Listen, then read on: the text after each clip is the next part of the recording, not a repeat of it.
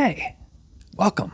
A lot of people have asked me to put together longer form content talking about lighting design. So I figured now is the time to share some stories from my career. Let's take a look at what story we should tell today. Ah, that's perfect.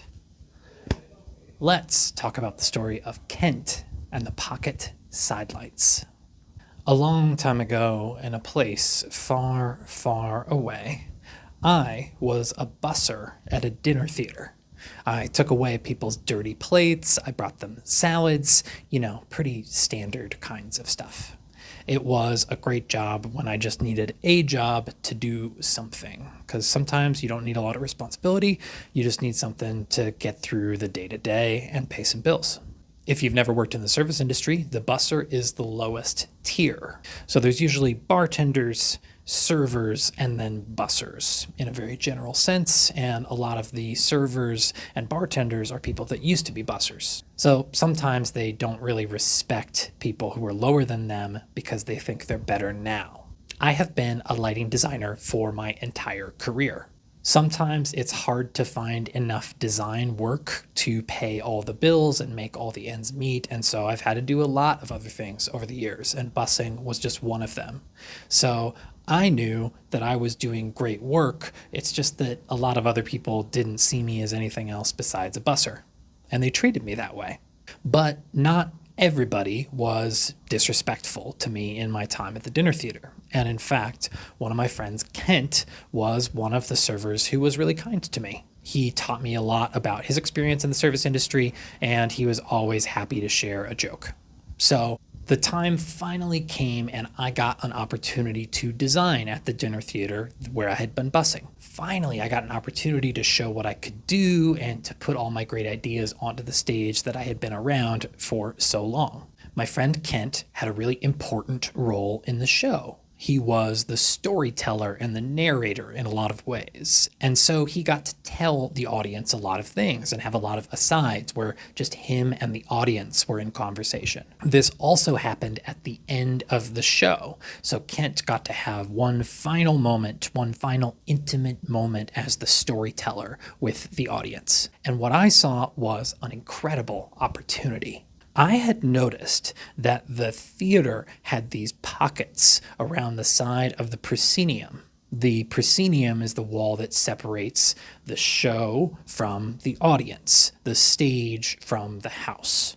So there was this little tiny, hole, this little tiny space that was in between the proscenium and the stage, and it could fit a couple of lights, one on either side of the stage. One thing that I try to do with every single venue I go to is design the lights in a way that they have never been seen before in that venue. It allows me to get creative and to put lights in places that nobody has seen because it changes how people feel about the space. And anybody who is a repeat customer to the theater will appreciate the attention to detail, and they'll feel rewarded for paying attention show after show if they are continually finding things that are interesting and curious about the space. And so I took that opportunity that I had noticed, and I took advantage of it when I was the designer. I put those two lights there and I saved them in my back pocket until the very end of the show. One of my other tricks as a designer is to always have something left in the chamber. It's always important that the audience feels like there's more to discover, that there's more mysteries to unearth and more curiosity to be discovered. So having these moments where there are these tricks or there are these things that you see on stage that are heightened or dramatic, that keeps the audience engaged all the way through the show. So the importance of those two hidden lights, right? They're side lights, so they're just going to illuminate the sides of the face. And I hid them so that they're only illuminating the one guy's face. So the reason I have these two lights on either side is to create this floating effect. If the light is really constrained so that it just lights up the person and the whole background behind him is a deep, dark blue, and he's illuminated by just this sort of magical light, it leaves this incredible impression on the audience that he is larger than life, that he is bigger than just a person on a stage. And that's exactly what theater is so good at doing. So I told my friend Kent, hey, I put these lights here just for you, and here's how you use them. You're going to stand in this exact spot, and you're going to say everything you need to say to the audience, and you're going to look incredible. And when you're done, you're going to take one step back, and you're going to disappear.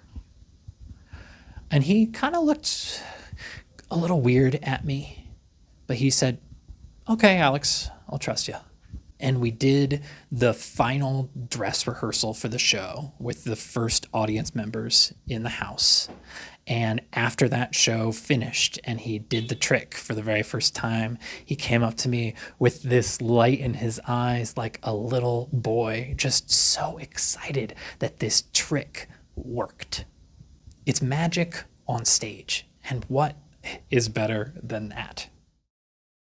If you're a designer, do you have any tricks in your back pocket that you like to use all the time? As an audience member, what's your favorite trick that you've seen on stage? For me, storytelling is what it's all about, whether it's on stage or it's just between two people. It's all about how we tell stories and how we engage with other people and how we make an impact on other people's lives. Thank you for tuning in, and rest in peace to my friend Kent.